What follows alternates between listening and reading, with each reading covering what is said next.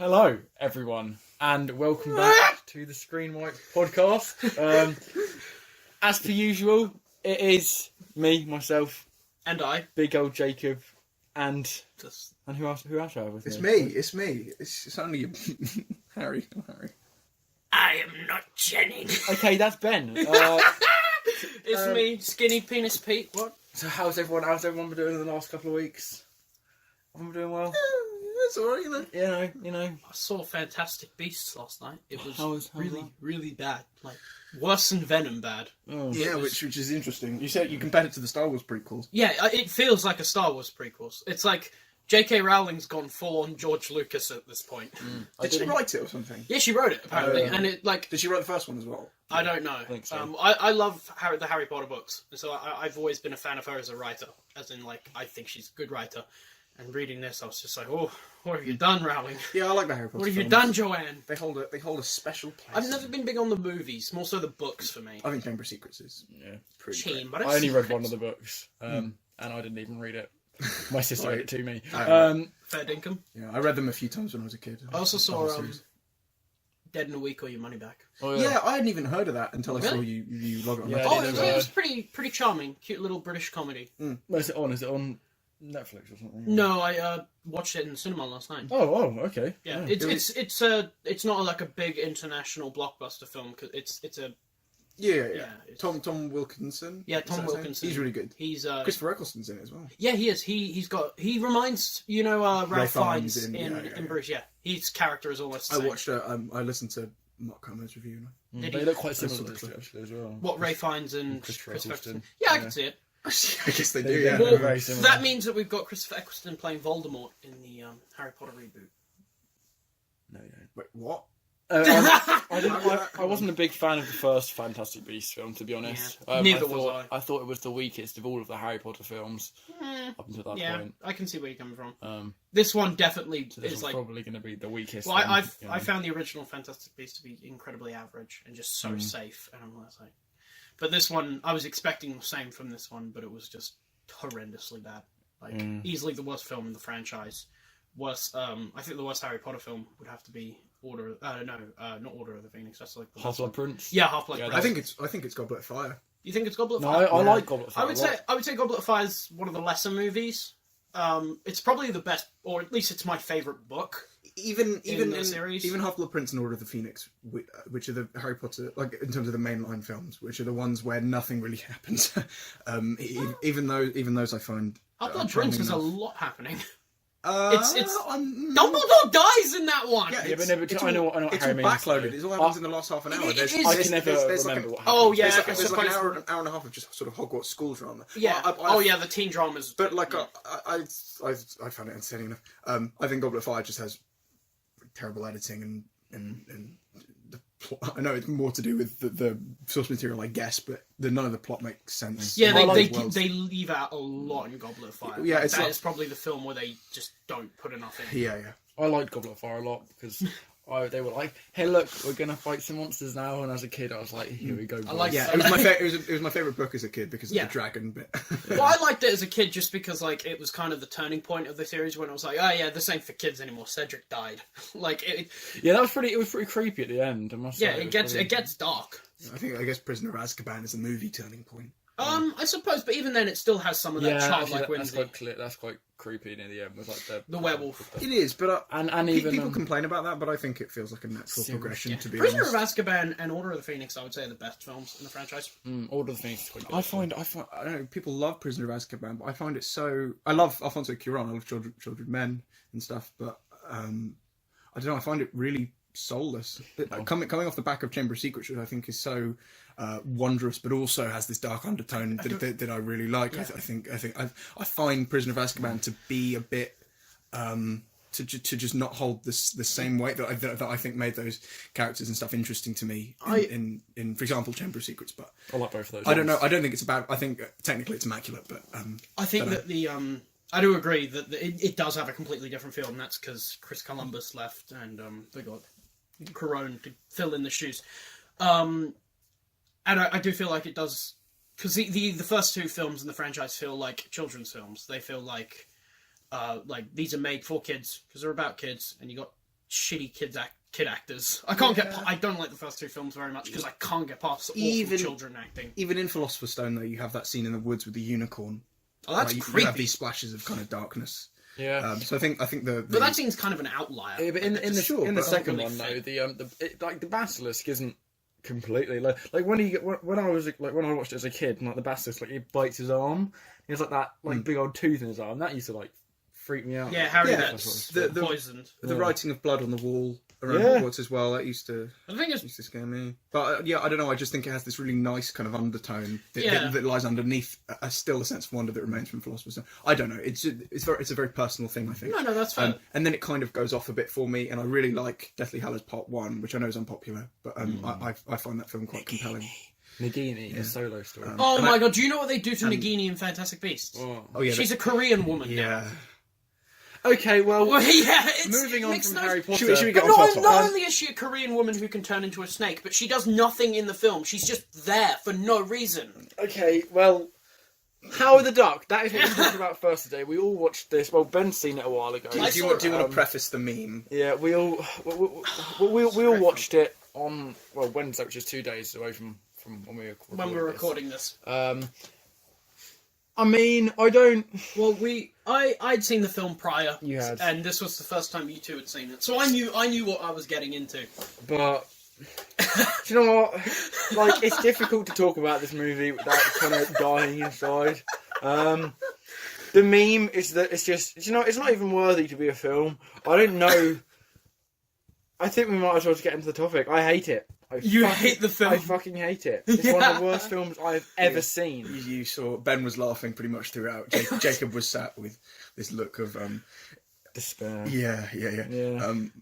My experience, I thought the first 5 minutes were hilarious, and then I started crumbling. No. I think I said at one point during the film, actually, and it's perfectly representative of my kind of general through line with it. There's this: I really want to laugh at this, but I just can't. It's so. But I honestly don't know how it was. No. It is amazing that it exists. I did want it to turn it off. I did want to. You kept pausing it. We were like, should we watch Whiplash instead? We were like, no, we have to. We have to finish it. I couldn't. I nearly couldn't do it. I think if you said to me, guys, now, watch this by yourself, I'll put it on Netflix. Within 2 minutes, I'd probably I can't do this. I can't do this. I have so much more I could do in this 2 hours. Yeah, absolutely. But I think we had never watch it. Okay, if you it doesn't matter what you're doing. If you think, oh wait a minute, I have 2 hours free. Do anything else. Do you think anything? What about if you're intoxicated? Because I feel like it's quite fun. I feel like it's a film worthy of getting drunk to. Then I would just say watch a comedy, because then that would be even funnier. No, but whereas Howard the Duck would just be even sadder. Put on World's End and get drunk. Would you define it as so bad it's good? No. It's so bad it's bad. It's nearly there. I would say it's so bad it's good, because I found it fucking hilarious. Yeah, I know a lot of people would. To preface this, by the way, if the listener doesn't know specifically what we're talking about, I mean, you can have a Google, but there's a Marvel Comics character called Howard the Duck, who, from what I understand, is kind of a jokey character. Well, And the plot of the film, Howard the Duck lives on an Earth that's pretty much identical to Earth, or it's called something different, basically. But essentially, it's very similar. But everyone is a duck. They're humanoid ducks instead of people. One day, he sat about to masturbate to a Play Duck magazine. It's not a joke. And his chair starts vibrating, and he gets pulled up through the sky into a wormhole and is transported to the human world. You see duck tits during the scene. Yes, well. You do. So, you see duck breasts, as we call them. It's revealed that a scientist's kind of particle accelerator laser beam into the sky, it doesn't make any sense, was the thing that transported me here, and it also transported something darker. No, it does that later. Yeah, it did that later. Were you not paying attention to the narrative? Harry, were you not deeply engrossed into the lore of Howard the Duck? Howard, with his guitarist, punk rock girlfriend, love interest, human love interest. Has to be the dark. So that's the plot. And if you haven't seen it, you should be scratching your head thinking what. And that's pretty much the feeling of the film. It's one of those things where it finishes, and I didn't feel like I'd seen it. Do you know what I mean? I get what you mean. I blanked it all. I think. I didn't feel like I could unsee it. It's like Vietnam flashbacks. Yeah, now. Jacob is traumatized. Harry's forgotten it. And I'm just sitting here laughing.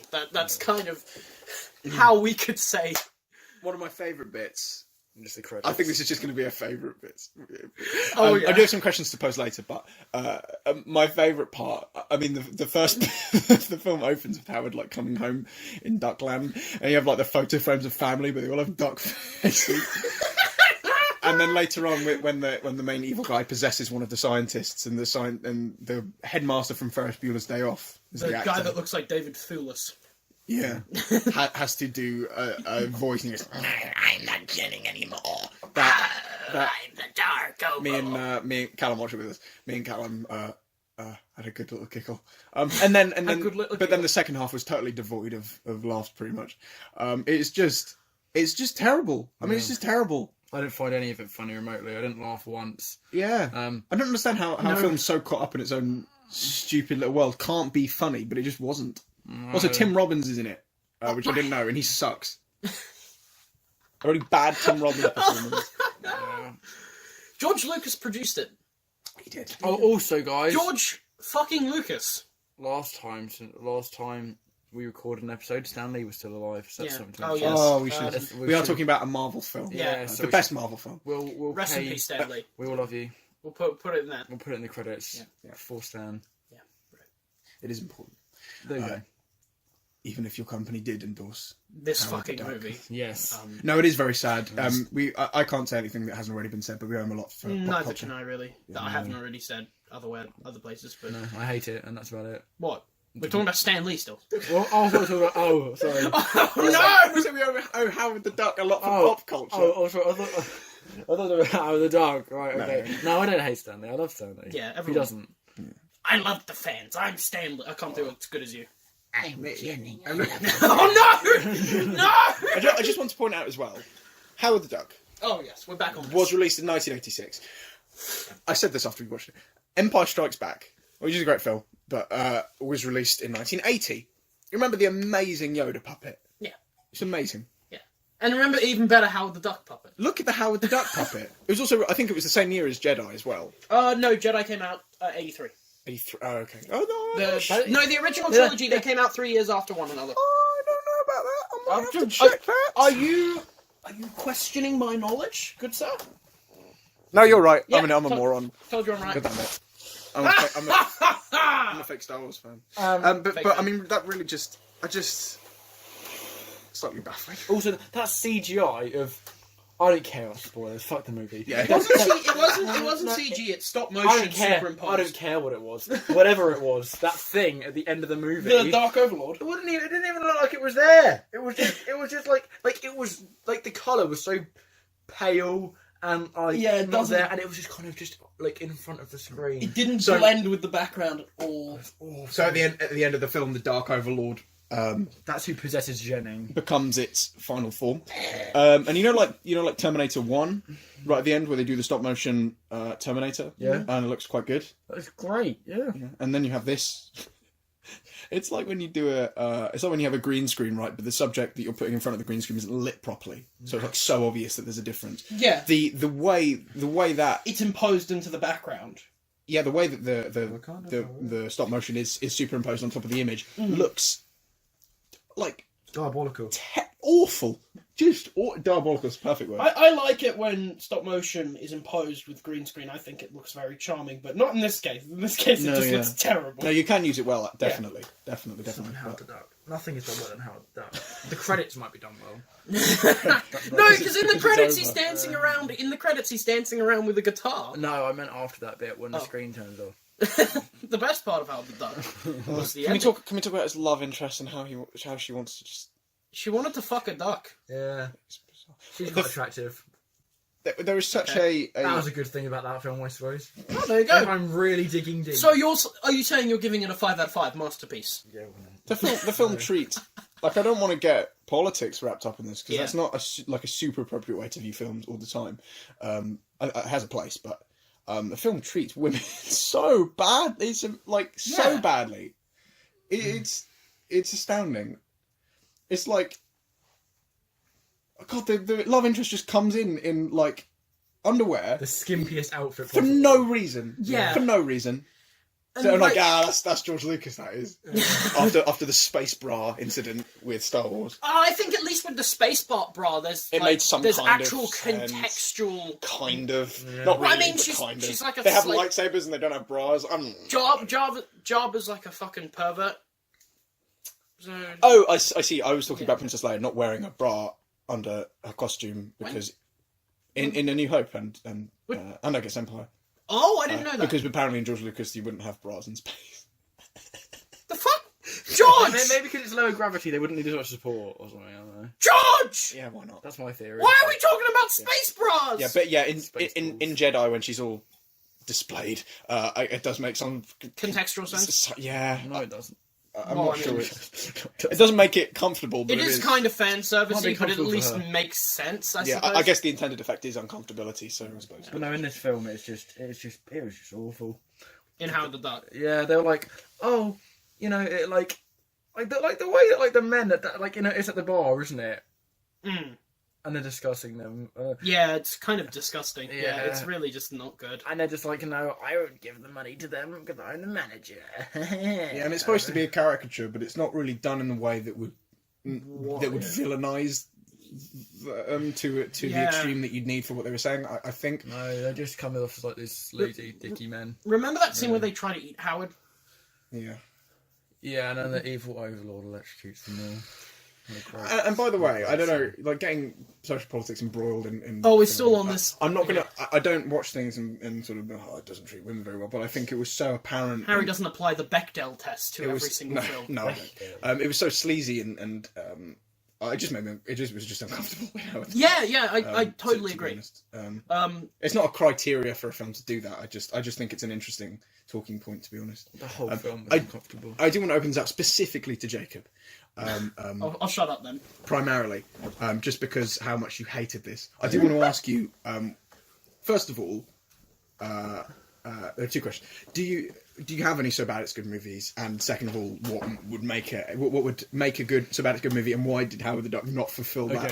Okay. So Just an interesting I suppose a really good example of a So Bad It's Good movie would probably be Batman and Robin. Yeah, I agree. I haven't seen it. Really? Okay. Oh, we need to talk I tried about to watch it with Callum and we turned it off after 2 minutes because I couldn't deal with it. it. This is why Superman. Why can't I works have the alone. car? Chicks take the car. This is why Superman works alone. Hey, Freeze, I'm Batman. No, alright, so Yeah, go on, that is a So Bad It's Good one because it is genuinely atrocious. But I actually think it's a better film than Howard the Duck. I agree. I actually do, but. But that isn't the reason that I would say it's so bad it's good. I think that like there's a lot of like enjoyable stuff in there. Like Arnold Schwarzenegger. Yeah, exactly. What killed the dinosaurs? Exactly. Like the puns alone. They're going like, what killed the dinosaurs? The Ice Age. Like, that's enough. Even I think as well, like when it's Howard the Duck, it sounds awful. Like, I don't give a fuck about Howard the Duck. I don't care about him. You don't give a duck. Exactly. There we go. But Batman is Batman, you know, and seeing him to the point where he is just a gay man almost now, you know, who is, you know, he's like, hey, Freeze, I'm Batman. Well, a lot of the reasoning. They said to Joel George Clooney, Schumacher's you know, sexuality. He's one of the very few openly gay filmmakers in Hollywood. well, they said to George Clooney, you know, when are you going to play a gay character? And he said, I have Batman. Nice. You know, but even that, like they slaughtered his character to the point where you almost just have to laugh at it, Right. And with the bat nipples and stuff. I think with Howard the Duck, I legitimately did not find any of it enjoyable. I just generally thought it was just a pile of shit. It could have been a So Bad It's Good film.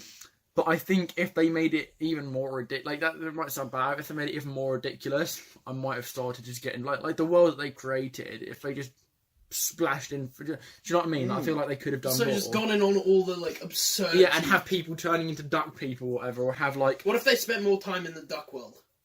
Yeah, that might have been fun. Or maybe had an adventure in the duck world. That would have been With a person. Yeah, that would. That would have been interesting. That would have been pretty. It fun. almost has a similar energy to like other 80s movies, like it almost like like films like Short Circuit or something. It has that similar kind of thing.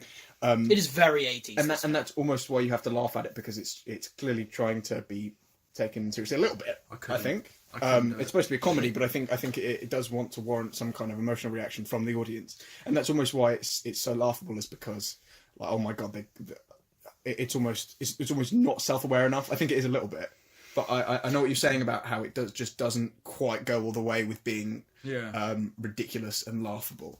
I would disagree. I think the film is self-aware. I do feel like they're like, of course, hey, look, to an it's a extent. duck movie.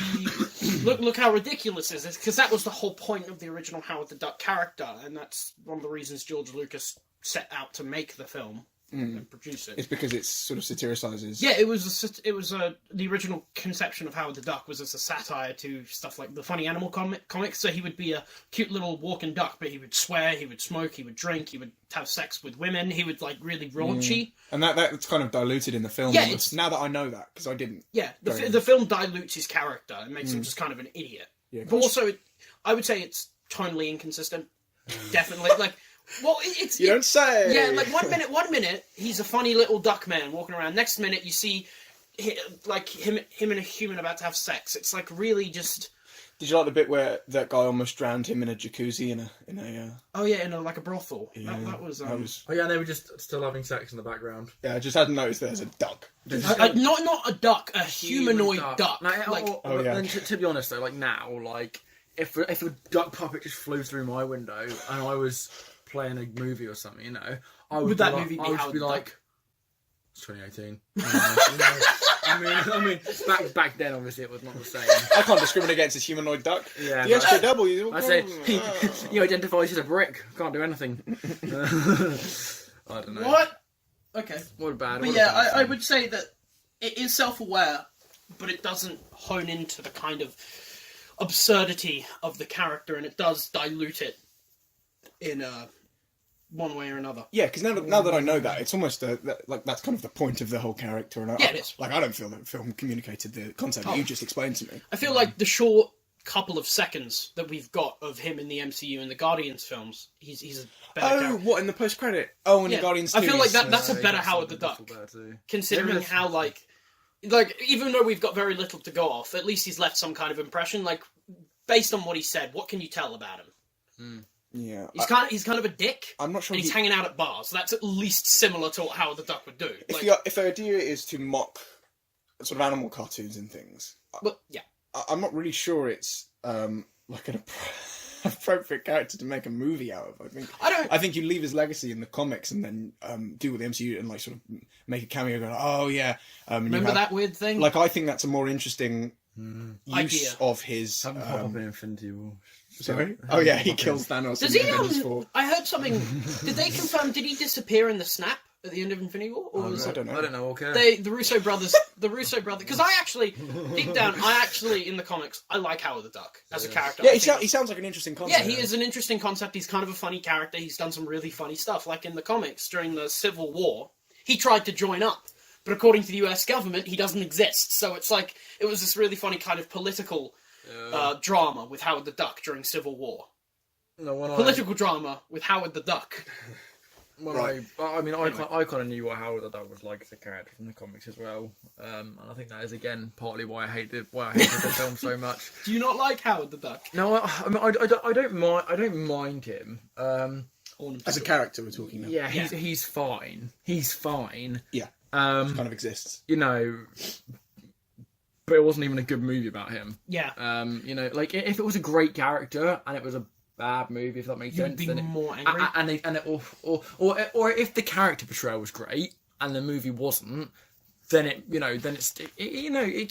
can bring it back a little bit. Yeah, When it's a suppose. shit character portrayed in a shit way in a shit movie. it's just shit. Yeah. Do you know if Ben? Can you check for me? Do you know what else the director has done? I your phone did charging? check a while back, but he's only over Probably the Lord of the Rings trilogy. Willard Willard. H-U-Y-C-K. Shawshank Redemption. Shawshank Lord of the Rings trilogy. He directed Godfather, Pulp Fiction, 2001. Yeah, that was all under his belt. I don't like 2001. I wouldn't I be think surprised. it's my 10th favourite film ever. It's one of my least favourite films. Really? Yeah, I hate it. Ben, what makes a good So Bad It's Good movie for you? Is it I think just is it self-reference, or is it being so non-self-referential that it's hilarious? when I think of some of the best So Bad It's Good movies, Such as? Birdemic, The Room, Troll 2. I know these are like the ones that everyone picks, but there's a reason for that. Those films were not created to be bad. They were created out of a genuine part of passion. Like, the people who made them actually cared about the film and thought they were geniuses. Yeah, right, when in okay. reality they were so incompetent, and it's funny to laugh at that. Yeah, the director of Birdemic especially. I think it's a really interesting case. Yeah, James Nguyen. Yeah, he told his lead actor that Birdemic 2 might land her an Oscar nomination, which is quite fun. Oh, Yeah, so... what about you, Harry? And Tommy Wiseau's my idol. Okay, so the director of How the Duck made Messiah of Evil. Is that good? I don't know. I've never heard Click of it. What about you, Harry? What makes it good? What makes it good movie? It's a very, very good question. I know you've been asking it. So. Yeah, well, I don't think I have any kind of So Bad It's Good to jump to like immediately in my head. The things I kind of like to laugh at are it is usually ridiculousness, I guess, in this case. I think being so non-referential that it's funny doesn't really work for me. I think someone could watch Venom in that way, for example. Sorry. I just find it quite frustrating as an experience. If something's ridiculous, like all over the place, at least partially deliberately, I think it's more entertaining. But I mean, these are just theory. I don't really go out of my way to watch films that one might call So Bad It's Good. Really? I haven't seen Troll 2, I haven't seen The Room. I've seen Birdemic actually, but I love So I Bad. don't know why I've seen Birdemic. I love So Bad It's Good movies because I know you again, do, yeah. like I just it's funny. Like I wouldn't say I rate films or like look at them in the same vein as I look at actual movies that like are good. Like Right, so there's a total dissonance. yeah, I kind of view when I look at actual proper movies that Such are as like real movies, like Paths of Glory, yeah, Shining, Paths of Glory, Shining, movie. all the Kubrick movies essentially. You get Tarantino, Spielberg. The kind of quote unquote high art. Yeah, I look at those as objectively as possible. Like, what does this film achieve? What does it do? But then when I look at utter shit, like The Room, I just go, did I laugh? Did I have fun? Would I have, like, taken it back? Do you go into those kind of movies with a prior knowledge that they have that kind of cult status? Well, in the cases of a lot Or of the is it apparent when you watch it? Is kind of what I'm With asking. a lot of Like, those- how far does culture inform it? with a lot of the examples, like The Room and Troll 2, I did know of the So Bad It's Good, so I Of course, kind of of course. came in with that predisposition of, oh, this isn't good, I'm just going to laugh at this and Yeah. have fun. And I did. And, like, whether that's me just, like, being peer pressured into social norms, or whether it's just me being genuine, I don't know. Like, I do really want to watch The Wicker Man with Nicolas Cage, actually. I love my eyes. Isn't that the one where he has the bees? Yeah. Not the bees! It is, yeah. They're in my eyes, and they're like nowhere near his eyes. Don't you love Nicolas Cage? No. I think he's I think he's so wildly inconsistent. He's terrible in some films, but really great in others. But either way, he's very entertaining. I don't mind him in Ghost Riders, actually. I think he's okay in there. Yeah, I've heard that too. I haven't seen Ghost Rider, but I thought the best parts of Ghost Rider was when Nicolas Cage wasn't in it. I don't mind on the like. There's a bit in Ghost Rider 2, A Spirit of Vengeance, where Oh, he just God. like peeing fire. I think I need to watch It's this like a movie. flamethrower. Damn, who's I- got bad gonorrhea? I'll tell you what, another film that is, and this is, because I think there's kind of like this. There's So Bad It's Good. There's actually atrocious, and there's almost like a different one where it's like So Bad It's Good, but better almost. So Wait, so. What And then was so let me explain. So you got Jingle All the Way. oh my god! Okay, now this is one of my favourite films, and it's difficult because it is not a good film, and I know it's not a good film, but I just find everything about it so enjoyable And so charming? fun. Because it's not a good film. No, so I don't know if that classes it. But in kind of a roundabout way, right? Well, I suppose, yeah. I mean, yeah. In way, like, a lot of it is enjoyable just because it's enjoyable. But then again, yeah, like his Turbo Man suit. I haven't seen It's Jingle All the hilarious Way. because Nor it's have I. just like a plastic mould I need to see Jingle All the Way now. for a giant man. But that's interesting. That's interesting. I don't know, it's maybe it is a so bad it's good. I don't know. It's really difficult, but I would never think, I'd give a so bad it's a good movie 10 out of 10, but I gave Jingle All the Way 10 out of 10. I don't know why you did that. It's almost like a thing of you watch something and you're aware that it's really terrible, but almost that idea is making it more attractive. And do you think that should contribute to a more, because obviously everything's subjective.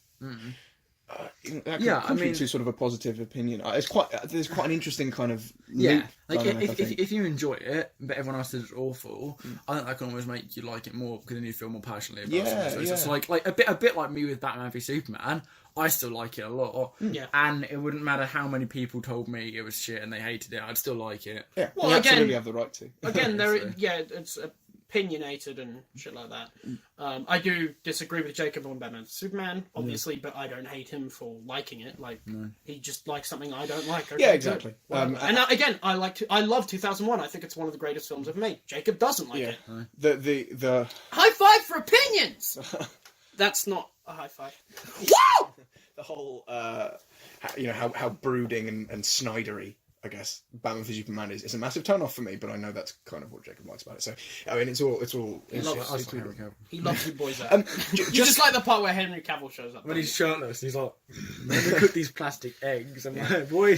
Just lastly, you mentioned, Ben, like several episodes ago on the podcast about So Bad It's Good films, about rating them quote unquote negatively, like having a negative, like a -1 to 10, for rating those on a more kind negative of 10 being like enjoyably terrible. Yeah, like a lot of people value The Room, for example. Yeah, that would be like a -10 or a -8, for example. I mean, how do you think that whole? I think it's an interesting. I still stand by it. I like it as a system. I wouldn't necessarily say I adopt it, but like the system essentially goes: you have ironic enjoyment, which is in the negatives, and then you have actual enjoyment, which is the positives. I almost think that ironic enjoyment is still enjoyment. You should just rate it as like, such. It's like it's done in a way where you go.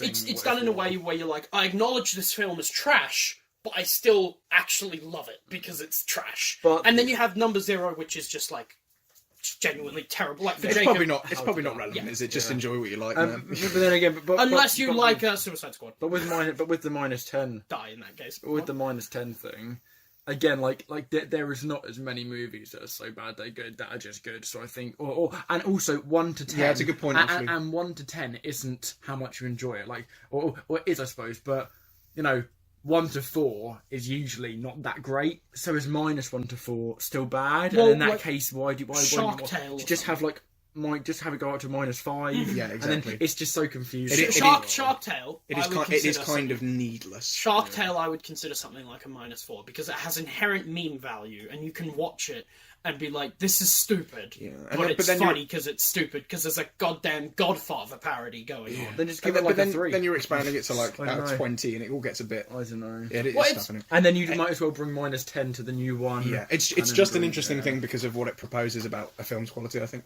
Yeah. But bringing it all back to Howard the Duck, the greatest film ever made. Final thought. Yeah, what was your favourite moment? Let's end it. What's your favourite moment? Oh, you're gonna have to come back to me on this one. Okay, Harry, what's yours? What's your favourite moment? I was rather partial to the moment where Jennings starts becoming a monster and does this, like, shapes his mouth like it's a tube and goes, "I am not Jennings anymore," and the shot is framed like they don't cut or they don't frame it in a way that would reinforce that whole idea. It's just like a straight on of the car. It looks like a parody. I had a good laugh over that. It was Callum as well doing this, like, sort of laughing to himself there. So, Jacob, I know what you're going to say. The credits. Yeah. I mean, if I actually have to pick, what a bit part from of the film didn't make you want to kill yourself? I didn't mind the opening when he's looking around at the dark pictures. That was okay, I guess. I mean, it was. No, it's only very because you didn't yet know what was about to. But no, legit. I mean, I'm actually trying to think. I mean, I quite like the design of the evil overlord things. If they weren't evil overlords, if they were just random creatures in a Star Wars movie, then I would like their design. Yeah, you said like the Sarlacc pit or something. Yeah, Yeah. or in the Rancor pit if it was. Looks like a D&D monster. Yeah, the creature design of the final boss essentially was like this huge, like disgusting, disproportionate thing. It was quite interesting to look at from a design point of view. I thought it looked fucking stupid. Well, Like, yeah, I that's kind of genuinely why thought it was looked interesting. Stupid. I don't know. It was okay. That's all. That's all you could say. What about you, Ben? What about you? I find this hard because there are just so many moments to me that just stick out, and I look back on and I'm just like, oh yeah, that exists. Like, there's the almost bestiality moment, which the final battle where for some reason he just yells "sliced salami." I don't know why. I don't know why I find that the part where they're trying to eat him. I don't know what the fuck this film is. I agree with, but I think my favourite part is the part in the opening where he's just flying through space, and it's so poorly green screen. You just see this duck flailing around like, ah! Yeah, it is. I think that would be my favourite part. Also, why does the chair burn up and he doesn't? Because ducks are heat resistant. No, they're not. Duh. No. Well, as soon as they bring in the fact that the movie is based on the multiverse Theory. thing, yeah, where there's an infinite number of universes, then you can basically just say, oh well, this might have been a universe where ducks were resistant to, like, it's so ridiculous. Ducks were fire resistant, but they're also humanoid. Hopefully there's a universe where this film doesn't exist. Oh, that's a universe. It's out there. I don't It's want out there. to live in. Do you guys agree? Are we all Let's under go. the unanimous agreement that the worst part is the part where they're in the little fly thing and how long and stretched out and boring that scene is? Yeah. That was just that scene was nothing. Yeah, it's just, I was kind of looking at my phone at that point. I think. yeah, I just didn't care. Like, no one cared in that point. I sort of watching with my eyes sort of slightly. I didn't like. I don't care anymore. I didn't like the gig scenes either. The I thought gigs? they were really I was like, the ending of the movie is one of the worst. It's in like not the boss fight, Where Howard the Duck does a solo on the guitar. but when he dies, like there's still like an extra 10 minutes of movie. You mean when supposedly there dies? should have only been like 2 minutes. Yeah. Like, and it just didn't end, and I was like, right, turn off, stop, bring on the credits. Like they were. Also, he's got fingernails and a palm. Like, Yeah, That's weird. yeah. Anything else, guys? Jacob pointed that out. I can't wait till Marvel reboot it because I hope they keep the same script. The same script. They should think- redo it. Like, it's it's gonna be like Shrek retold. Yeah. Oh yes, Shrek retold. I'm sorry. It's like the Vince Vaughn remake of Psycho, where it's like shot for shot, Yeah. but just not. I hate that movie. Yeah, Like, yeah. You remake a perfect film. Well, not perfect film, but like one of the greatest films ever made. With Vince Vaughn. Yeah. Right. Well, Guys, we managed to squeeze half an hour of conversation out of Howard the Duck. I'm really proud I'm of us. surprised we didn't get an hour. so we our had to next restrain. our next topic is I think it's going to be an interesting one. I managed to see Bohemian Rhapsody. Last week from recording this. Yeah. And I so that's what we're going to talk about today. We've all seen it. All three of us. So we thought it was going to be something nice to talk about. So Ben, why don't you Oh, start? do you really want to start? Or, with or me? should we, we'll start with Harry. I think, I I should go last, to be honest. I probably have the least to say. I know you guys differ in you two differ in opinion, somewhat significantly. I liked it quite a lot. I think I liked it more than I was supposed to. Yeah, we've talked about I this, saw haven't we? I saw the mixed, because I know how to. I've seen enough things now where I know how to kind of I don't know, predict the waters almost. You see reviews coming in for something and you see the criticisms and you can gauge from the criticisms what kind of thing you're going to think about it, almost with the way critics address things. So I saw the reviews coming in and I was thinking, right, okay, I'm going to find this pretty dry and kind of and I didn't. I found myself quite up in it. I found myself really enjoying it, actually. I don't think it's great, and I think it does have I think pretty significant problems. Those significant problems did not weigh the film down for me, but I did recognise them. And yeah, I was quite compelled. I've kind of learned and I don't know if this is the wrong way to look at upcoming releases. I mean, it doesn't mean that I won't be surprised, but I'm kind of content with the fact now that most biopics aren't going to be The Social Network, where it's a broad thematic exploration, where it's Well, it might be for some people who don't know, do you? Oh, of course. But Downfall's a good biopic. Well, that came out before. The social Social, network. yeah. I like that. But I've kind of because the Social Network technically is almost in kind of a league of its own when you consider biopics. It is the best biopic. I have to remind myself that it's technically a Man of Steel biopic, was the best biopic. and that's probably What? that's probably due to My biopic is Howard the Duck. that's probably due to the kind of the cultural norm of biopics now, which is I do as have it is. another. But so when I'm pretty content with the fact when I go into a biopic, then I'm probably just looking for some really solid performances, generally fine dialogue and just well paced. I'm just looking for something that's pretty good. Yeah. And in some cases, it can be a pretty run of the mill biopic, in terms of how they're usually constructed, like Milk, and be. I thought you liked Milk. Yeah. That's my point, and be very wonderful, and find myself really, really caring, like Milk, or they can be like The Founder, which is formulaic and paint by numbers, but it is dry and I never cared at all. Have you seen Darkest Hour? Not yet. I have it, but I haven't seen it yet. I'm quite fascinated by Churchill's. I think Gary Oldman kills it in that one. Yeah, it is a great performance. Yeah, but I just think the rest of the film is just kind of whatever. Yeah. Biopics I currently. agree with you there, actually. Yeah. Biopics are just performance vehicles, I think, at this point. I do agree that Hollywood. like, in terms of like what a biopic needs to nail, I feel like performance is up there. Like, Yeah, of obviously course. you're portraying a real life person. The whole You point wanna of make sure the person sorry. you want to make sure the performance is accurate or at least and good. Yeah, the whole And point of a biopic is to explore a real life person. in many aspects, I do feel a lot of them do nail it. Like the aforementioned Gary Oldman as Churchill. I feel like he smacked it right on the head. Yeah. Oh, I do have a. Yeah, a I mean that's question not as well. the only thing that will make a biopic good, Oh, yeah. because Michael Keaton was pretty good in The Founder, but But then again, is he a good actor or is he a good Michael portraying Keaton's the a person? great you know?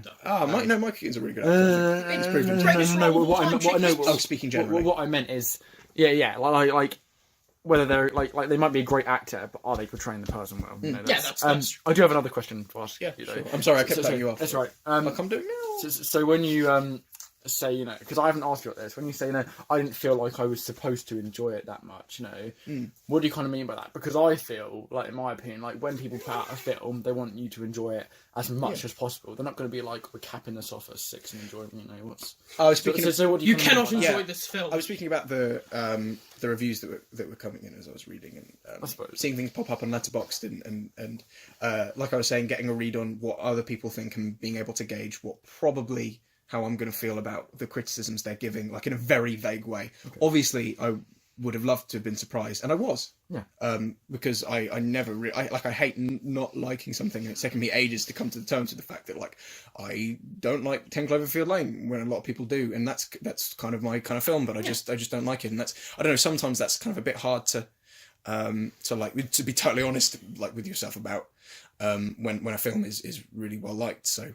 And even in more extreme cases, films like The Shining, which people think is a total masterpiece. But people know it's a total masterpiece. But I just think it's it's very good. I probably wouldn't give it a 5 out of 5. But that's totally fine. Yeah, again, it's subjective opinion, even though your opinion's wrong. But like, just kidding. I know. Half a star rating. You haven't even seen it, Jacob. I thought Rami Malek, and I'm pretty sure both of you agree. I thought Rami Malek was absolutely wonderful. Yeah, I agree. I think he was the best part about the film. And to preface this, I am a decently sized Queen fan. Yeah, I'm quite a large Queen fan. Yeah. I think we all are actually. Yeah, Queen would be up there in my favourite bands, right next to The Shining. ABBA. And whoever composed the Shining soundtrack. So that helps. To an extent, I think, but I thought it had a nice rhythm to it. I think the pacing, a lot of people have an issue with, where it's kind of just like, look, they write a song, look, it's a montage of them doing well with a song, and then we move on to the next bit. Yeah, I quite like that. Yeah, I didn't mind that synoptic look. It is that, and this is we're coming to the end of what I have to say. To be honest, there is that sort of Hollywood sheen that a lot of biopics have at the minute, where it's like. Where everything, like every narrative device is so convenient and nothing feels like it's real. Like Freddie Mercury going to see this band and then they're leaving and then him running into them and just saying, "What about me?" And like, "Oh, isn't that a funny like weird way that Freddie Mercury met the band that isn't true?" How did he meet the man then? He was flatmates with them. Yeah, flatmates with them. I don't know why. I thought that would have. That sounds like a better way to have done the movie. Like, Yeah, but they're trying to set up the conflict with him and his father, aren't they? With him Okay. going out and stuff, And so. it's like when Brian May and Freddie Mercury are arguing, and I was like, oh, this is kind of a bit human now. And then John Deacon just starts playing the bass line to Under Pressure, and that breaks up the argument, and then we go into a montage. That only works because the audience recognise that song. Like the fact that he starts playing that, and then they stop and go, "Oh, you're onto something," like that. That only registers with us as a narrative device. It works because we know that the song is popular. So it's that. Yeah, but he's not just going to start strumming like blah blah blah blah, and then being like. No, but no one breaks up an argument by playing a bass line and then. I've someone tried says, that many times and it Yeah, doesn't but work. they might try though. Like if I learnt an amazing skill, and you two were like arguing, and I was just like in the background just doing backflips. Doing your might be little like, juggling. Wait, what the fuck? Like, and I'd be Yeah, exactly. We'd be like, "What the fuck?" We wouldn't be like, doing my "Yeah, let's backflips. stop our I'm not- argument right now." I'm not saying it bothered me like a great deal because obviously I really enjoyed the film. But I think that was one of the things that kind of annoyed me at several occasions where I was like, I don't know how that. But I almost liked that tone of like very caught up in itself.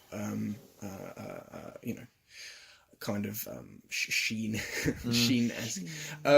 Yeah, I mean that's pretty much my take on it. I just think it does baffle me a little bit that people seem to be really not enjoying it. Not that I think I can understand how someone might not like it. Definitely.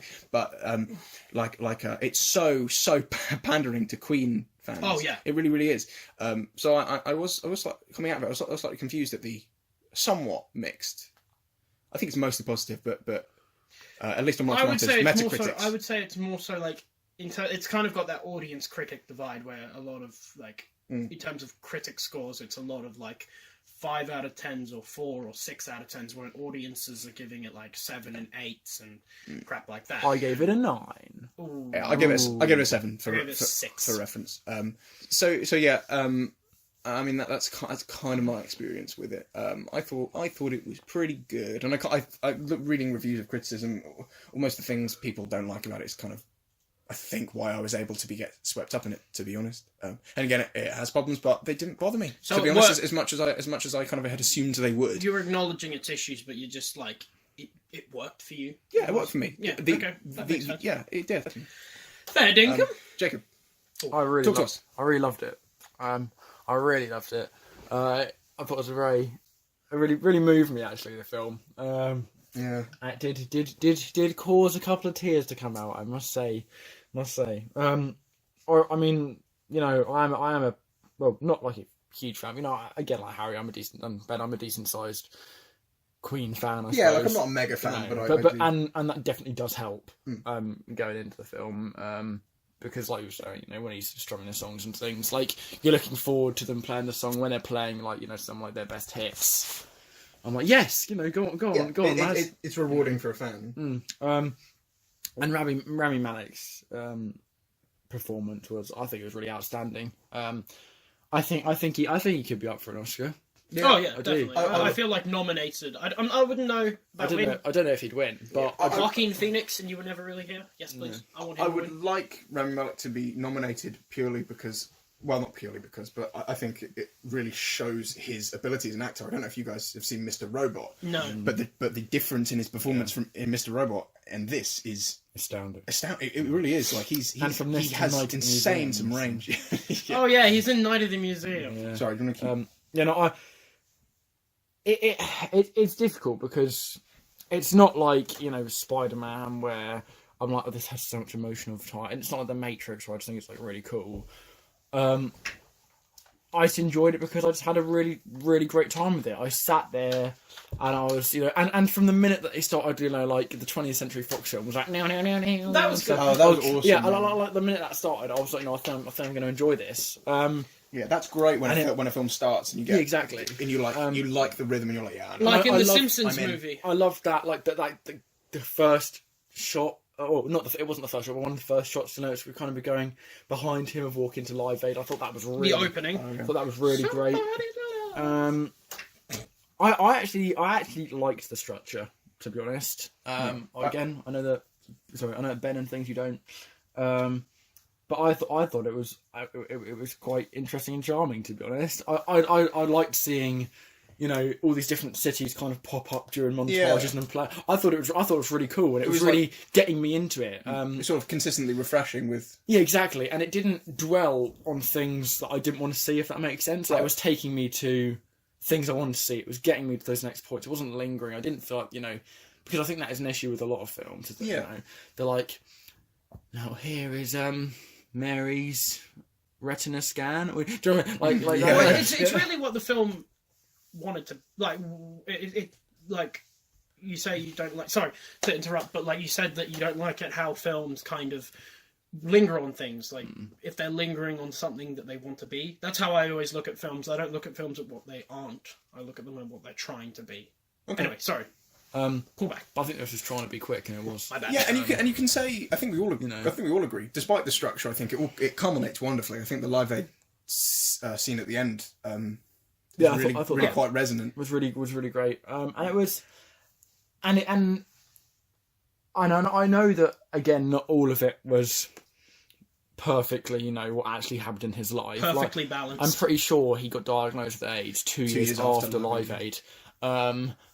But I didn't. But to be honest, I enjoyed the film. A lot. I thought that didn't take anything away from it from me. I thought that putting it in there and having that as an anchor for him, as a movie, it worked better than having him play Live Aid, get back with the band, then go, I died. Yeah, I think that's a really interesting, because that didn't bother me until I thought about it afterwards. I would say that I'm not sure I love how it was used as a framing device for his AIDS. I think that's slightly disingenuous, thematically and I didn't materially. I thought it was great. I thought it was It was a great scene, and it worked within the structure of the movie. But the screenwriter, who's Anthony McCartan, who wrote The Theory of Everything as well, and I think Darkest Hour actually too. The Hollywood Reporter does a thing called roundtables where they get a bunch of directors or screenwriters or actors or whatever to sit and talk about their latest projects. And he was on there, and he was saying how he thinks that history is a lousy storyteller or a lousy filmmaker. And I do I do take issue with that statement. I'm hopefully pursuing history, so it does. I'm probably internally biased. You and I are kind of history buffs. Well, more so you than me, but I took history of GCSE. Step back, guys. It is an interesting point though, because I think because it happened in Darkest Hour as well, from what I understand, where he goes on a train. Yeah, and he didn't do that during the war, but he did it before, I think, and he was saying how that's kind of thematically true to his character, and there's an interesting argument to be made for that. I almost think if the film is clear enough about its intentions and separates itself, then I think it's okay. But the Live Aid thing did nag at me when I was thinking about it afterwards. I mean, in the moment of the film, it made sense. It didn't nag at me at all afterwards, to be honest. I mean, again, that's just me, but I thought it was really. I don't know. I thought it helped the film as a whole, really. And that kind of scene, and again, like obviously, I know he's like a human or whatever, but someone like Freddie Mercury, that's a huge figure, Absolutely. And you that say Freddie, and people know who you're talking about. I And that think scene of Freddie when he's walking out of the clinic, the hospital, and that person goes, sees him and goes like, hey, and so I thought I really humanised him, and it would have for that person as well. Obviously I know it's an actor in the film, but you know what I mean. It kind of really drew that back to me, and I think they did really well at conveying what they wanted to, if that makes sense. So that scene where he's on the phone to Mary, and kind of quick cutting to like that man, like looking him up and down, and then like going into like the toilet in America and stuff. I felt a bit uncomfortable in that bit, and I was kind of like, oh shit, Freddie, Yeah. But that's what it was trying to do, and I think it accomplished what it was trying to convey really well. Another thing as well that kind of helps when I'm thinking, how much do I enjoy a film, I couldn't really find any major issues with it for me personally, and I think that says a lot when I think about it. I'm glad you loved it. Yeah, I was kind of thinking about it, and I really can't think of that many that many issues at all. Really, There's definitely a place for like really well acted, kind of straightforward biopics, like Milk. Yeah, and it's not, and don't get me wrong, it's not a flawless film, but in my opinion, it is a great one. Yeah. And just lastly, before we open this up to Ben, about your humanisation, you talk about humanising Freddie. That's what I think Rami Malek, really succeeded at. Yeah. I think because Saoirse Baron Cohen was attached to it for a while and then dropped out, and Callum, our friend, was talking about how he is glad now that seeing the film Saoirse Baron Cohen wasn't playing it, because he didn't want to he wanted to focus on the parties and stuff, and there's a place for that. But I almost think you look at Saoirse Baron Cohen, this person as an actor, he's a very good actor, but he I don't think he would have had. I mean, it's all speculation, but I don't think he would have had that same sense of humanisation that Rami Malek gave it. There's that. Freddie. There's that beautiful scene as well when he is.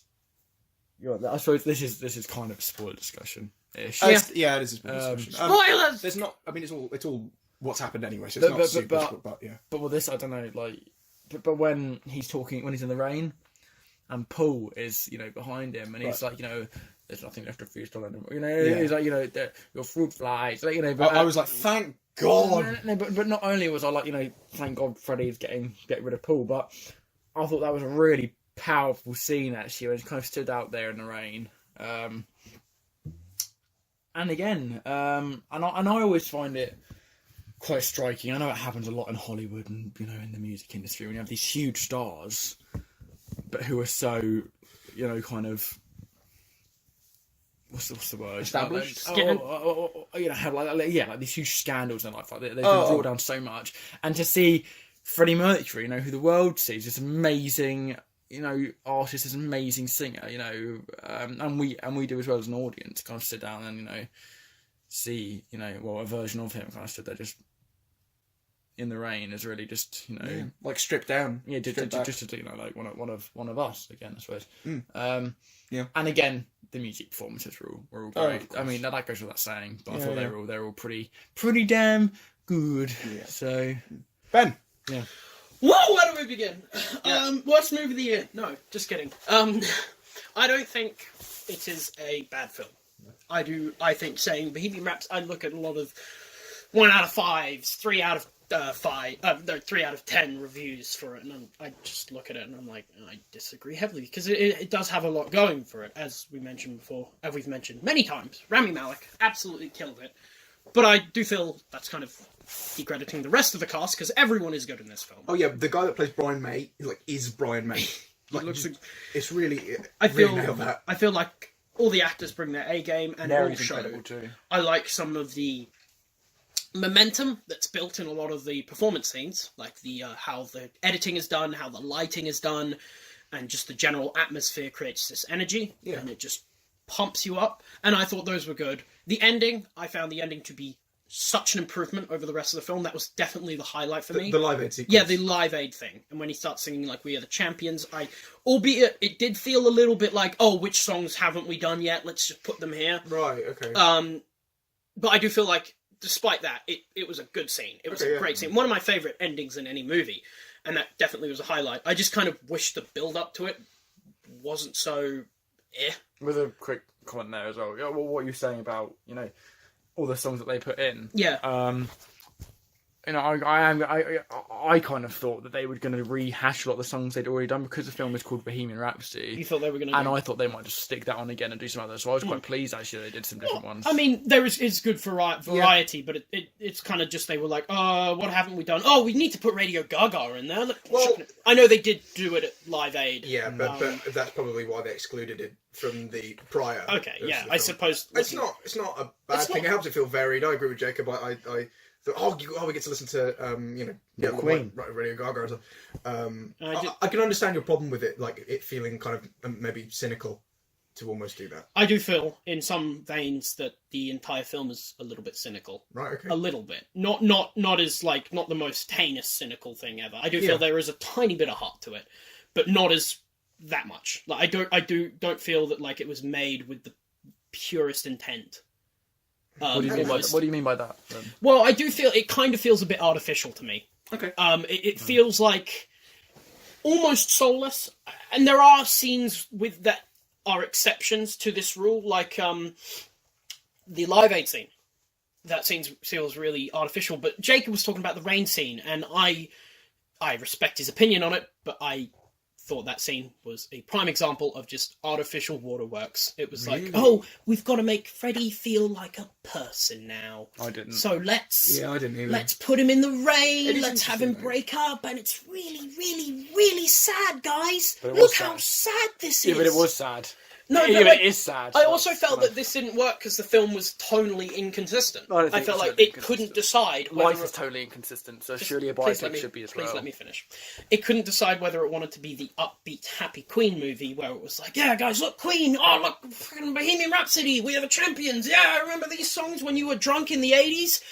But then it was also a bit like, guys, Freddie has AIDS. This is sad. And it just jumped from scene to scene of this, and it didn't focus. It couldn't decide whether it wanted to be the Happy Queen movie or the down-to-earth Freddie character study. I on completely- Freddie Because it's a Mercury. biopic, though. No, It needs but to it- be- I it needs to get- show different sides of people's lives. I get it did, but it just didn't blend well for me. It felt like they were two scenes from two completely different movies that were just smushed together almost. Right, and I know Jacob does as well. I do disagree with the tonally inconsistent thing. And I'm wondering, you talking about the ending and how much you loved it. I did love the ending. Surely the ending is relative.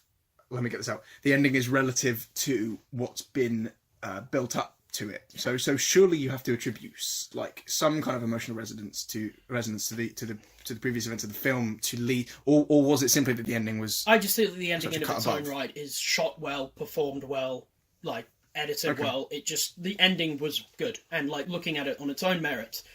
Just yeah, and I feel like it attributes mainly to some of my personal experience because some of the songs in the ending did resonate with me, and I'm like, I do like "We Are the Champions," and that's a great song, and so that one really like, ooh.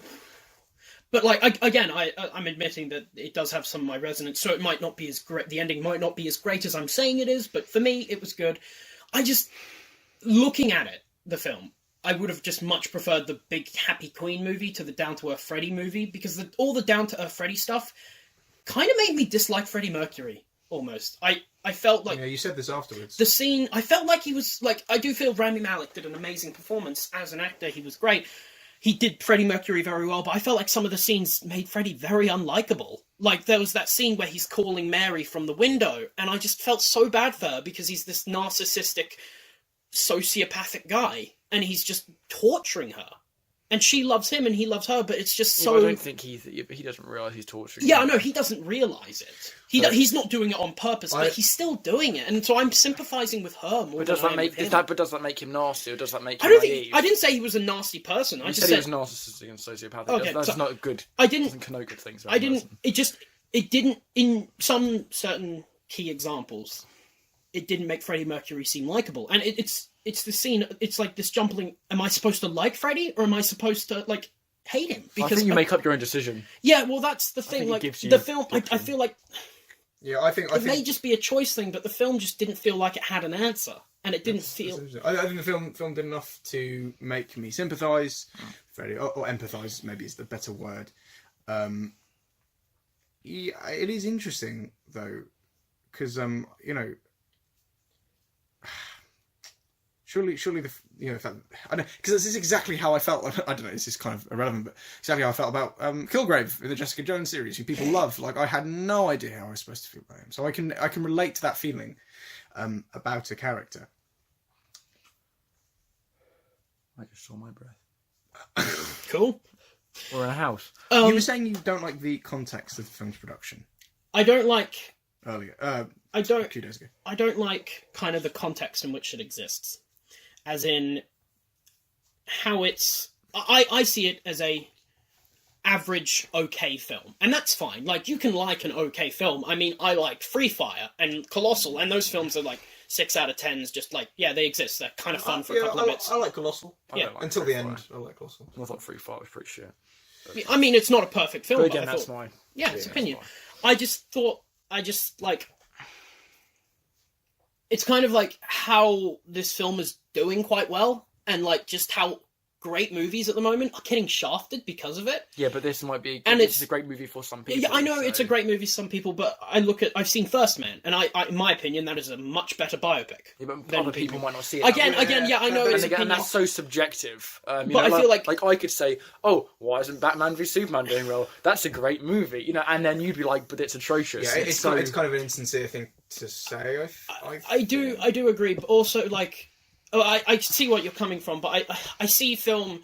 What I think makes the mark of a great film from a good film is not what the film is not what the audience thinks of the film, but what the film thinks of the audience, and what the film is trying to tell us, what it's trying to do, how does it change how we think. And I feel like those are the marks of some of the greatest films of all time, what they do to the audience. But isn't that what And this film Bohemian just, Rhapsody tries to do? 'Cause it I tries feel to like make it tries, but it fails horrendously. I don't think it fails. This film feels like it doesn't have anything going for it, in a sense that it doesn't, again, I said it feels somewhat cynical, and it kind of feels factory-like. Like, as I'm getting more and more invested into films that I see as great and excellent, and I start seeing films for what they are and what they can do to people and how they can change culture, I used to love Marvel films, and now I just look at them as like, yeah, it's another Marvel film. I mean, there are exceptions. I still love Marvel films. I think there are exceptions to the rule. Like, I still love Guardians 2. I still feel that's a great film because that's able to speak to the audience. But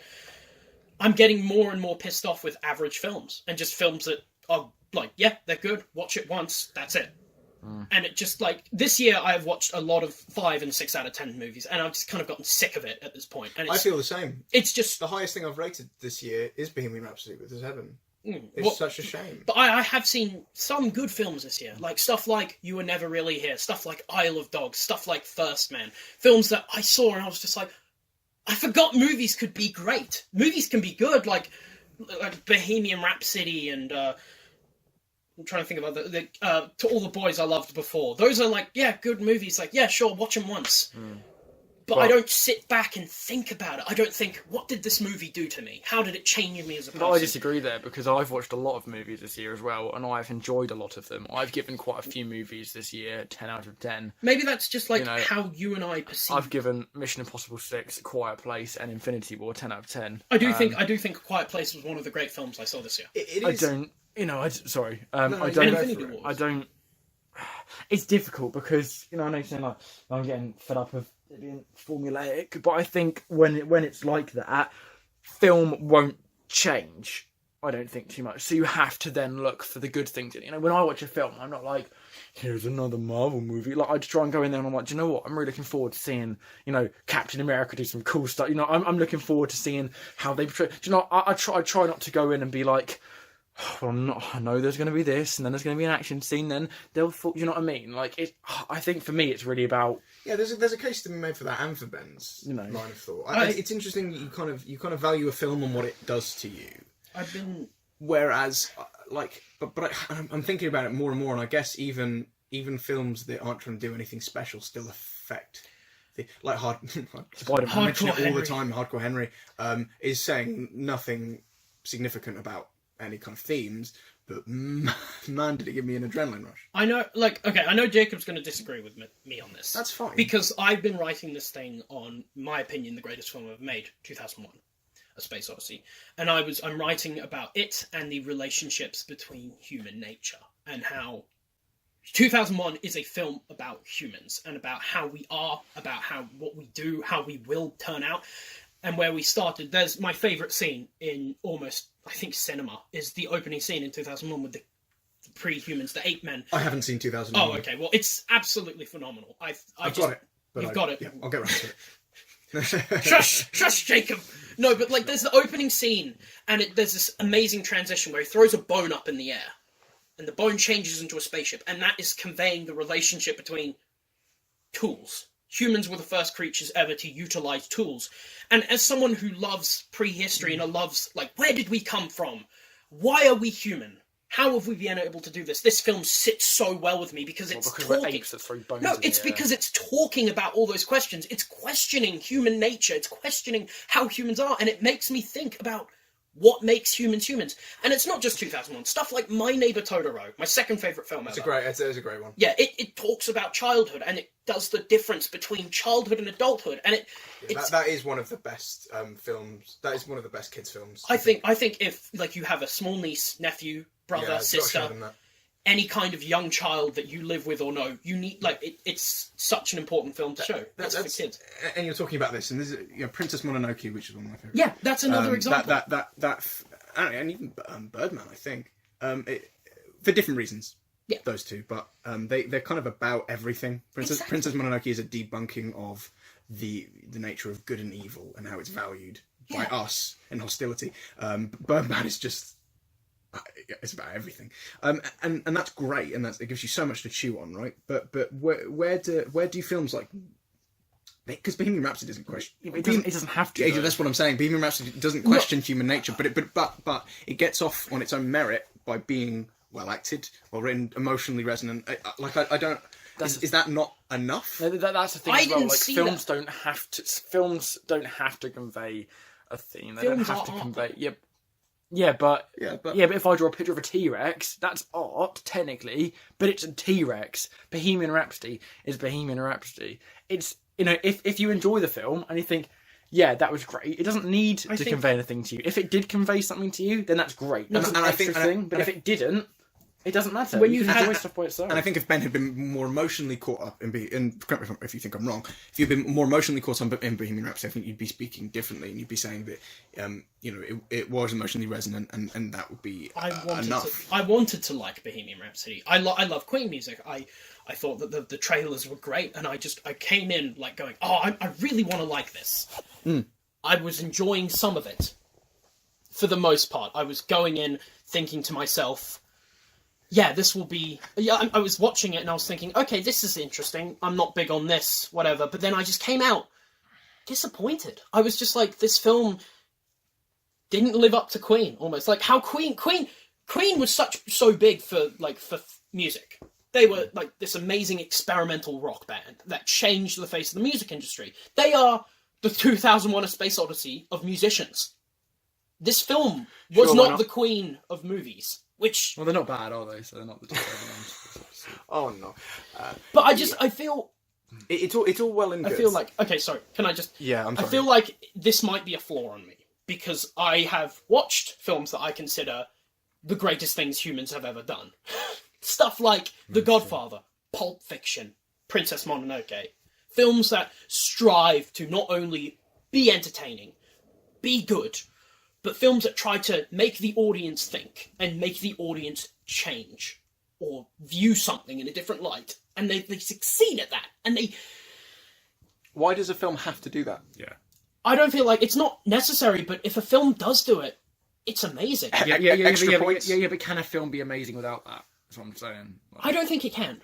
Because don't- the bar you don't has think a film the can be bar amazing? has been set so high. I think it can. Back to the can. Future. Yeah, I I think don't- there's a huge amount of films. I don't see Back to the Future as an amazing movie. I see it as a great movie. They are. No, I love Back to the Future. All three movies, childhood Start rather. shaking. But I don't see Back to the Future on the same level as I see Princess Mononoke. Because Princess Mononoke. But if you enjoy it as amazing much, for then it doesn't different matter. reasons. Film doesn't exist film doesn't exist to solely to like change culture and to question the nature of things. Film exists to make people enjoy it. It's entertainment. Yeah. Film is entertainment. If it entertains you so much, that is a great film. And it doesn't have to convey something. Exactly, and springboarding off of that, the fact that 2001: A Space Odyssey does convey those huge themes, that is entertaining to you. Yeah. You find that entertaining, you find it interesting. But to us, But it's different. Mission Impossible 3, no, Mission Impossible 2, even, that. Jingle All the Way. God damn it. I rated Jingle All the Way. What I think, 8 higher than 2001: A Space Odyssey, and it's not because I'm like, well, this conveyed the struggles of being a father to me. Like, it's just because I enjoyed it. I love the fuck out of it. Like, I don't think I do agree. And I love Princess Mononoke, but I also love Mission Impossible 2. Yeah, exactly. And they both have places, but it is fine. It is fine to just to want films to strive for greater things. But I think it's also No, but if a film is just there for enjoyment, it's just there. It doesn't. So? It doesn't change. It doesn't. I don't see what you mean. The mark of a You great enjoy film is it. the mark of Yeah. a great film is that 10 or 15 years later, someone will people will still talk about it. People will still be like, In a, So you're in a, saying- in so a it's cultural just- sense, yeah, yeah. but We are are- you we are, saying like, that Batman v Superman is a great film in- then? Because it will in- be talked about in in 15 film- years time. in film, I guarantee you in it will film be. studies, we are studying films like Psycho, films like Blade Runner, films that strive to do better things, and those films are still relevant to not just like film nerds, but to culture as a general. I It's don't a think talking Psycho is. point. I don't like Psycho. Do you think in 10 or but- 15 years anyone's going to remember Bohemian Rhapsody Yes. other than that one Queen biopic that came out? What year was it? 2017? Well, No, 2018. But they don't have to be. They don't have to be great. like cultural hallmarks. And I'm not saying Bohemian Rhapsody had to be a cultural hallmark for it to, Yeah, for but me to enjoyable like it. It films just, don't have to be either. if but you I can feel enjoy like them. I feel like if you put a film at something like if you say this film is a masterpiece, it needs to, because like that is what defines a masterpiece for me. Something okay. that not only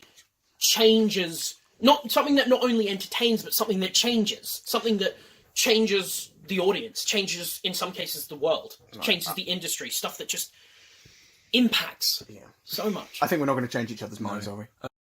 Yeah, I mean, it is a difficult one. I think, Ben, your view is very different from mine, and Yeah. And it's possibly valid. and possibly from Harry's. But that doesn't mean it's bad. Yeah. but they are very different. And I like Harry respect said, that way of watching. We films. and like Harry said, we aren't going to change. I feel like each other's minds. I've watched too much good shit. Like I've watched too much. I've gotten caught too much in this like mindset of like how like. But isn't that subjective? Like I could say I've watched too many good films. I feel like I've gotten caught in stuff like how Apocalypse Now talks about the path to madness and shit like that, and it's I've gotten so enveloped in it because that's what I love about film. How people are able. My favorite part about films is theme and how ideas and how writers and directors can push these ideas and just make it the core, the pinnacle of the film. Yeah, and mine too. I mean, that's And I and what you're talking about, watching, I absolutely I love that too. I love, I like high art. I like stuff like, I like The Shining, and I like Birdman. For a more recent example, but I don't think that's the only way to watch films. And I don't think film. And I know I know you're not saying it's exclusively for that purpose. Yeah. But I think I think having this and this isn't trying to insult you. Having almost like a traditionalist kind of. Snobbiness is a harsh word, but I do admit that it is kind of. When I say it, I don't want to come out as snobbyish and like, oh, all films must be high art, otherwise they are normally trash. I do sound like that. I do admit it, but I'm trying not to sound like that because I do fundamentally believe that some films are masterpieces of not just filmmaking but human culture. The bottom line Yeah. is that film is deeply personal, like any art form, right? And you can watch it how you want, and you can like films however you want. So, and it's all about enjoyment. Like literally, whatever it is, it all comes back to you getting a kick out of something. And I feel like if you ask the general public, why do you watch film, they go, because I enjoy films. They would go, and that's absolutely valid. And it's with me as well. Like when I think, and it doesn't make me any less of a film fan. Based on Letterboxd, I've seen most films here. Yeah, you aren't a film fan. You aren't not a film fan Exactly, because you didn't but- get into 2001. That's but- not how this thing Well, works. that's not my argument, but even it doesn't make me not a film fan. But the reason I,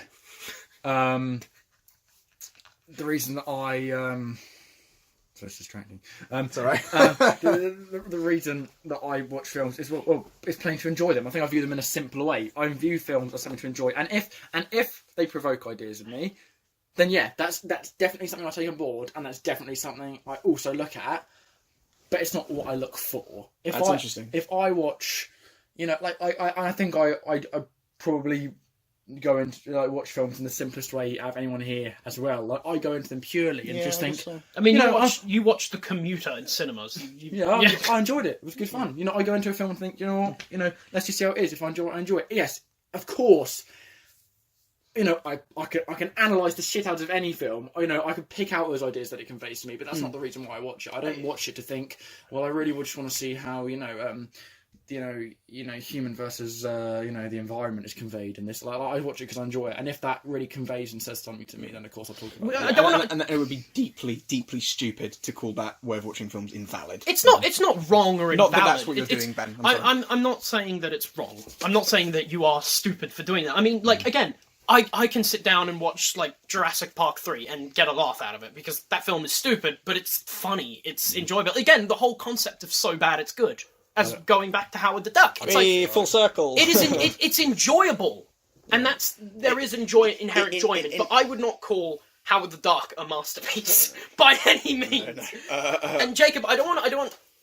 Never mind. It's fine. Yeah, I didn't know what I was going to say. That's right. I think I've sort of already said this, but like those themes into like those hard going themes in 2001 are enjoyable to you. You enjoy them. You enjoy the idea of those themes. Yeah. You enjoy watching. That's all it comes back to, right? And it's just about how we individually get a kick out of things. And I think I have a nice middle ground. I think I like a good fun movie, but I also think I love Art house really pieces stuff. that are really like introspective about human nature. Absolutely, And shit like that. I love that stuff. But I think there's a place for kind of both. If we want to have it, as black and white is like just two things. For both ends of the spectrum, there is a place for them. I do agree that there is like inherent value in. Well, I wouldn't say that. Like, I wouldn't say I value like an action, like a really over the top action film, like Mission Impossible, like The Commuter. Going back to what earlier, Right. I wouldn't value that on the same lines as like The Shining, because like again,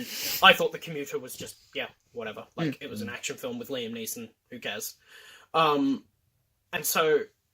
It just like I feel like I feel like comparing them is kind of a disservice to good shit. But there isn't like, it's not like that I'm going to discredit all dumb films. I'm using air quotes. But I do feel that like I'm sorry, I'm lost.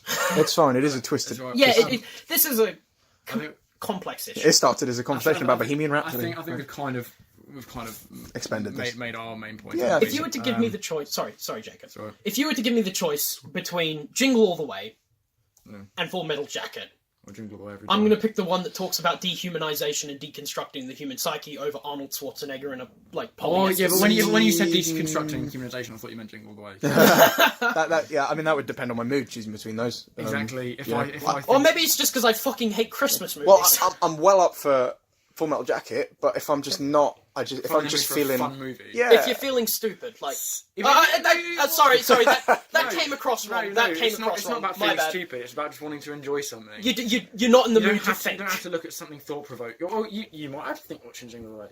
You don't know that. What themes are conveyed in Arnold Schwarzenegger's performance? So with and I just had like a regular action movie like Mission Impossible 3 and stuff. Still find myself quite like, oh yeah, this is quite an interesting. It's nothing that I kind of sit there and go. Oh. I recently watched. I'm not saying you turn off your brain when you watch a movie. I'm not saying. Oh, now you're doing impressions of the characters from 2001. The cavemen. I recently watched You Were Never Really Here, and I found that film incredibly poignant and potent because it is a deconstruction of a lot of. I'm going to get around to it films. next week, I think. I found it amazing because it's a deconstruction of like over the top action films that I've never really enjoyed. And Jacob, you love over the top kind of dumb action films, don't you? Well, would you say you enjoy them? Yeah, but I just like. I don't know if they have to be over the top. Yeah, not as a de facto thing. Yeah, I know. It's a genre that if you follow the trends, I suppose. Yeah, like you see an Not action a bad film with thing at some, all. you see like an action film with like Liam Neeson, and you're like, maybe that'll be good. Well, yeah. I mean, there's like. I mean, if like Taken 4 came out, I wouldn't watch it. Because Taken 3 was terrible. Or because I don't like the Taken films that much. Oh, okay. And I think they take themselves quite seriously. And although The Commuter does in a way, it also acknowledges that it's a bit stupid and that there's trains flying around. Man, Liam Neeson needs to put a padlock on his family. They keep going missing. But anyway, I think we've kind of reached an endish. We're not having a bonus topic today because this has just gone on way too long. Yeah, our bonus topic, I suppose, is kind of art house versus like. Why do we like films? Ben versus Jacob, Civil War. What? Harry, you can be one. Harry's Doomsday. No, because that means... Do I get to be Ben Affleck? No. Oh. Oh, this has been a good one, I think. That's been. It's a good one. Thank you all very much. Moral of for the listening. story is go watch Princess Mononoke. I think Harry can agree with that. Dude. I haven't seen it. I want to show you it. I don't know if Jacob would enjoy it because it's anime and he's racist. Wait, what? That's, Jacob's not racist. I'm not just an racist. arsehole. that is the most gross misassessment I've ever heard. I've never seen anime, and I mean, What? I will watch one. I will watch one, but I think I kind of have, and this again is coming from. A Western point This is of view. coming from like my other groups of friends, I suppose. Oh, yes. There's kind of like anime. Princess Mononoke, I think Ben would agree. Princess Mononoke is a good starting point. It is quite Western. It's not very Japanesey. I think it's the greatest fantasy film ever made. I just saw your eyes, Harry. Yeah, Exactly. maybe. Yeah. Maybe. Oh. Pan's Labyrinth. Let's I haven't seen Pan's not Labyrinth. get into that now. Anyway, 'cause I'd probably say anyway it was go Star watch Wars. Princess Mononoke. Great film. Jacob, you got a film to recommend? Watch The Death of Superman animated movie. That's Oh, I'm actually gonna no. watch that. Watch Perks of Being a Wallflower. That's one of my favourite. We're going to movies. talk about that at some point. Oh, I need to see That's that. incredibly. It resonates with me. So if you guys watch that, then you'll probably never watch it again. You'll probably never watch this. So all right, that's that then. So next time, our friend Sophie's coming on. Oh, excuse me. We're going to talk about Memento. Yeah, talk about Memento, and we're also doing a big old topic on Christmas movies, That will be fun. where we'll talk about our favourites, our least favourites, what makes a good one. The only good Christmas movie ever kind of made thing. is Die Hard. Or Iron Man 3. Okay. Arthur Christmas. After Christmas was okay. Thank you all. I Thank like you all it. very I much. like it. We're not going to get into another debate now. Except for we the can fact- save this. We can save this for Next next time. episode. Thank you all very much for listening. Have a good week, everyone. I hope you're having a good day. This is, Oh, there you go. take care. Bye, love. Bye bye. Bye.